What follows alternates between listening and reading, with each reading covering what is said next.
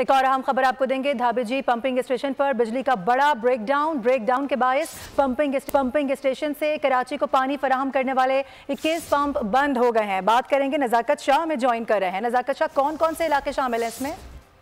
जी बिल्कुल, धाबेजी pumping station पर अचानक के इलेक्ट्रिक का बिजली का बड़ा ब्रेकडाउन हुआ है, जिसके बायस धाबेजी पंपिंग स्टेशन से कराची को पीने के पानी फराहम करने वाले 21 पंप बंद हो गए। इस वक्त शहर कायद को पानी की फराहमी तमाम पंप होने से मुअत्तल हो गई है और पानी की फराहमी इस वक्त जीरो है। कराची के इलाकों शाह लतीफ टाउन, कायदाबाद, लांदी, कोरंगी, गुलशन इकबाल, गुलशन अदीब, मलिर, कोरंगी समेत कई इलाकों में पानी की शदीद बहरान पैदा होने का खदशा बढ़ गया है। इस वक्त के इलेक्ट्रिक की टीमें फॉल्ट खत्म करने के लिए कोशिशें कर रही है।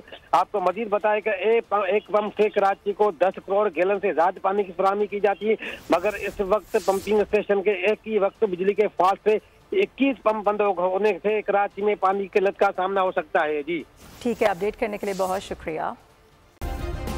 सब्सक्राइब करें और बेल दबाएं ताकि कोई खबर रह न जाए।